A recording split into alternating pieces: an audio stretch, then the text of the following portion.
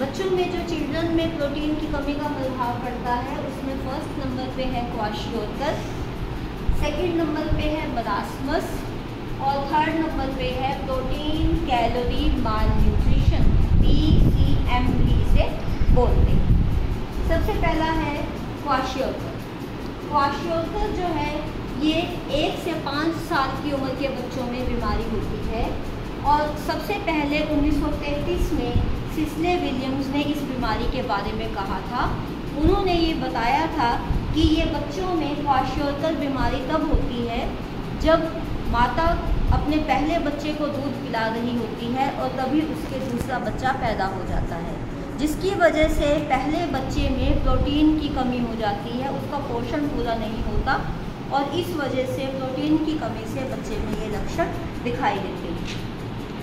ये जो क्वाशियोरकर है इसके लक्षण 3 प्रकार के हैं। कांस्टेंट लक्षण जो स्थिर हैं, यूजुअल लक्षण जो सामान्य होते हैं, तीसरा ओकेजनल जो आकस्मिक होते हैं, कभी कभी होते हैं। कांस्टेंट लक्षण जो स्थिर रहते हैं उनमें नंबर 1 पे है एडिमा। एडिमा का मतलब क्या होता है कि बॉडी में वाटर बैलेंस जो है वो बिगड़ जाता है, तो जल का संतुलन बिगड़ने की वजह से हमारे शरीर में पानी जमा होना शुरू हो जाता है, जिससे शरीर में जो पानी जमा होता है वो पहले नीचे से शुरू होता है पैरों में, पैरों से टांगों में, टांगों से फिर ऊपर की तरफ हमारे हाथों में, बाजुओं में, चेहरे पर पानी जमा ज़्यादा हो जाता है और जिससे कि हम कुछ सेकंड के लिए भी त्वचा को अगर दबाते हैं तो वहीं गड्ढा पड़ जाता है और बच्चों का पानी जमा की वजह से चेहरा फूला हुआ होता है, जिसे मून फेस भी कहते हैं। चंद्रमा के समान उनका चेहरा दिखने लगता है। सेकंड है शारीरिक वृद्धि व विकास में कमी। बच्चों के शारीरिक वृद्धि और विकास जो है वो मुख्य रूप से प्रोटीन पर निर्भर होती है, तो अगर प्रोटीन कम मात्रा में मिल रही है बच्चे को तो उसका विकास और वृद्धि 10 से 40% कम हो जाती है। उसके बाद है मांसपेशियों का नष्ट होना। हमारी बॉडी में मसल्स जो हैं वो भी मांसपेशियों के द्वारा प्रोटीन के द्वारा बनती हैं और प्रोटीन की कमी से बच्चों में मसल्स भी कम हो जाती हैं। उसके बाद नेक्स्ट है मानसिक परिवर्तन। शारीरिक विकास में कमी के साथ साथ कुछ मानसिक परिवर्तन भी होते हैं, जैसे कि बच्चा चिड़चिड़ा हो जाता है, बिना मतलब रोता रहता है, दुखी हो रहता है, निराश उदास रहता है। उसके सामान्य विकास में कमी होने के साथ साथ मानसिक विकास में भी कमी हो जाती है और आसपास के वातावरण में उसका कोई भी इंटरेस्ट नहीं होता, सिर्फ वो उदास, निराश, दुखी और रोता रहता है और इंटरेस्ट आसपास ध्यान नहीं देता है वातावरण। उसके बाद है यूजुअल या सामान्य सिम्टम्स, सामान्य लक्षण क्या दिखाई देते हैं। फर्स्ट है बालों पर प्रभाव। बाल जो हैं वो बहुत ही पतले, सूखे, सख्त, ऊपर उठे हुए, कांतिहीन, कोई भी उनमें ग्लो नहीं होता, ब्राउन कलर के होते हैं, झड़ते रहते हैं। उसके बाद है पाचन तंत्र में विकार। अब डाइजेस्टिव सिस्टम में क्या प्रभाव पड़ता है, क्योंकि प्रोटीन की कमी से इम्यूनिटी कम हो गई, रोग निरोधक क्षमता कम हो गई, जिसकी वजह से बच्चे को लूज मोशन हो जाते हैं, इन्फेक्शन हो जाता है उसकी वजह से, और डाइजेस्टिव जो जूसेस हैं, पाचक रस हैं, उनका स्राव में कमी आ जाती है, जिससे भोजन पचता नहीं है ठीक तरीके से। मल में अध पचा हुआ भोजन जो है वो दिखाई देता है। लीवर का साइज बड़ा हो जाता है क्योंकि लीवर में वसा जमा हो जाती है और पेट उसका बहुत बड़ा हुआ दिखाई देता है, जिसको पोर्ट बेली कहते हैं। और चयापचय जो है वो कम हो जाता है। चयापचय जो हमारी हार्मोन्स, एंजाइम्स और पाचक रस कम होने की वजह से बॉडी में चयापचय संबंधी क्रियाएं भी कम हो जाती हैं, जिसकी वजह से भोजन का ठीक ढंग से पाचन उपयोग नहीं हो पाता। तीसरा है त्वचा पर प्रभाव। त्वचा जो है वो कैसी हो जाती है, सूखी, शुष्क और झुर्रियाँ पड़ जाती हैं।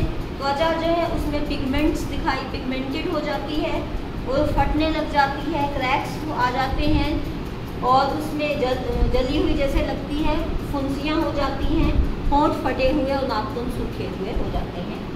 फोर्थ है रक्त संचालन तंत्र पर प्रभाव। ब्लड सर्कुलेशन सिस्टम पर क्या प्रभाव पड़ता है। प्रोटीन की कमी से HB कम हो जाता है, HB कम होने से एनीमिया हो जाता है, खून की कमी, ब्लड नाड़ी की गति कम हो जाती है। खून कम है तो उसका गति कम हो जाती है ब्लड सर्कुलेशन की, और हाथ पैर सुन्न होने लग जाते हैं क्योंकि वहाँ तक पूरा ब्लड पहुँच नहीं पाता, और बॉडी टेम्परेचर भी हमारा कम हो जाता है, शरीर ठंडा रहता है। उसके बाद है ओकेजनल या आकस्मिक लक्षण। ये लक्षण जो शरीर में दिखाई देते हैं, तो इसमें क्या होता है कि फर्स्ट है लीवर में वसा का जमाव, जैसे वहाँ भी बताया था। तो वसा जो है हमारे लीवर में इकट्ठी होनी शुरू हो जाती है, और सीरम में वसा जो है वो कम हो जाती है, चाहे फॉस्फोलिपिड्स हैं, ट्राइग्लिसराइड्स हैं या कोलेस्ट्रॉल है। और ये लीवर में वसा बढ़ जाने की वजह से लीवर का साइज़ जो बढ़ जाता है वो हमारी नाभि तक बच्चे की नाभि तक पहुंच जाता है। उसके बाद है रोग निरोधक क्षमता या इम्यूनिटी में कमी, जिसकी वजह से जल्दी जल्दी इन्फेक्शन होता है।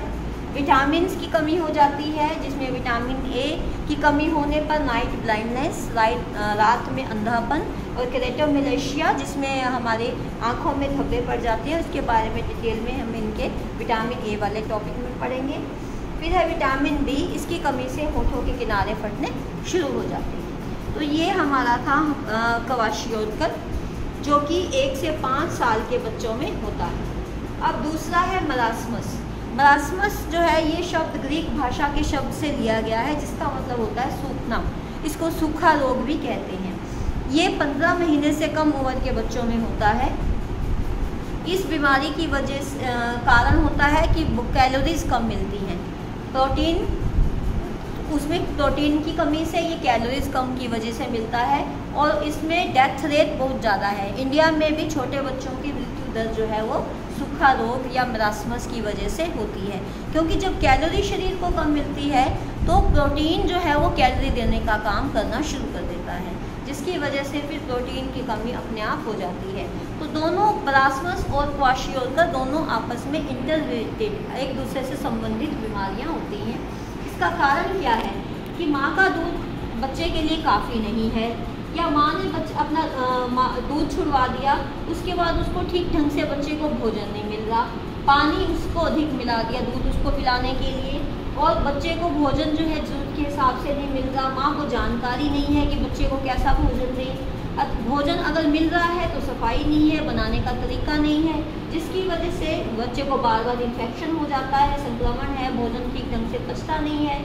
और जब कैलोरीज की कमी हो गई तो शरीर में जमा ग्लाइकोजन वो कम हो जाएगा, उसके बाद फिर शरीर में जमा चर्बी कम होने लग जाएगी, जिससे कि ये सब कारण जो है ये इसको मरास्मस रोग के होते हैं। उसके बाद है लक्षण, सिम्टम्स क्या होते हैं। बच्चे में वृद्धि रुक जाती है, उसकी जब बच्चे में वृद्धि रुक गई, विकास रुक गई, वजन उसका कम हो गया, तो पसलियाँ दिखाई देती हैं उसके शरीर में, ठीक है। पसलियाँ क्लियर छाती में दिखने लग जाती हैं, और उसका शरीर हड्डियों का ढांचा हो जाता है, बॉडी वेट कम हो जाता है, उसको लूज मोशन और वॉमिटिंग होती है, पानी जैसे दस्त, जिससे डिहाइड्रेशन, और डिहाइड्रेशन की वजह से भी डेथ हो सकती है। कुछ बच्चों में भूख कम लगती है, कुछ को ज़्यादा लगती है, ये है ज़्यादा लगती है। बच्चे का पेट जो है जिसको या तो पिचका हुआ होता है, या गैस भर की तो फूला हुआ दिखाई देता है। आंखें बड़ी और धुलती हुई दिखाई देती हैं। चेहरे पे झुर्रियाँ, शरीर पे झुर्रियाँ, चेहरा बंदर जैसा, बाल उसके कोई ग्लो नहीं है और रुखे, ब्लड की कमी, एनीमिया, मल जो है वो अम्लीय होता है, बच्चा रोता रहता है, रोने में आवाज़ नहीं आती, एफ्निया इसे कहते हैं। उसके बाद है तीसरा प्रोटीन कैलोरी माल न्यूट्रिशन, प्रोटीन कैलोरी दोनों की कमी।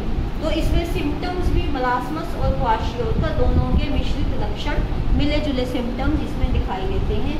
इसका कारण क्या है कि माँ का दूध या तो बच्चे को माँ का दूध कम बनता है, बच्चा का पेट नहीं भरता, बच्चे को जरूरी पौष्टिक तत्व नहीं मिलते। दूसरा, माँ का दूध छुड़वा दिया है लेकिन बोतलें साफ नहीं है, अस्वच्छता की वजह से संक्रामक रोग होते हैं, या पानी अधिक मिलाकर बच्चे को हम दूध दे रहे हैं। उसके बाद है एडल्ट्स में, बड़े लोगों में, वयस्कों में प्रोटीन की कमी से क्या होता है, उनके पाँवों में या पेल्विक कैविटी में जल जमा होना शुरू हो जाता है, एडिमा हो जाता है, उनकी बोन मैरो ठीक ढंग से नहीं बनती है, उनका बॉडी वेट कम होने लग जाता है, उनमें इम्यूनिटी कम हो जाती है, इम्यूनिटी कम होने से इन्फेक्शन जल्दी जल्दी होते हैं, एचबी कम हो जाता है, एचबी कम होने से एनीमिया हो गया, खून की कमी हो गई, और अगर प्रेग्नेंट लेडी है तो उसमें अबॉर्शन हो जाते हैं या प्रीमेच्योर डिलीवरी हो जाती है, और दूध पिलाने वाली माता है तो दूध का निर्माण कम होता है, और व्यक्ति में, एडल्ट्स में कमजोरी और थकावट रहती है।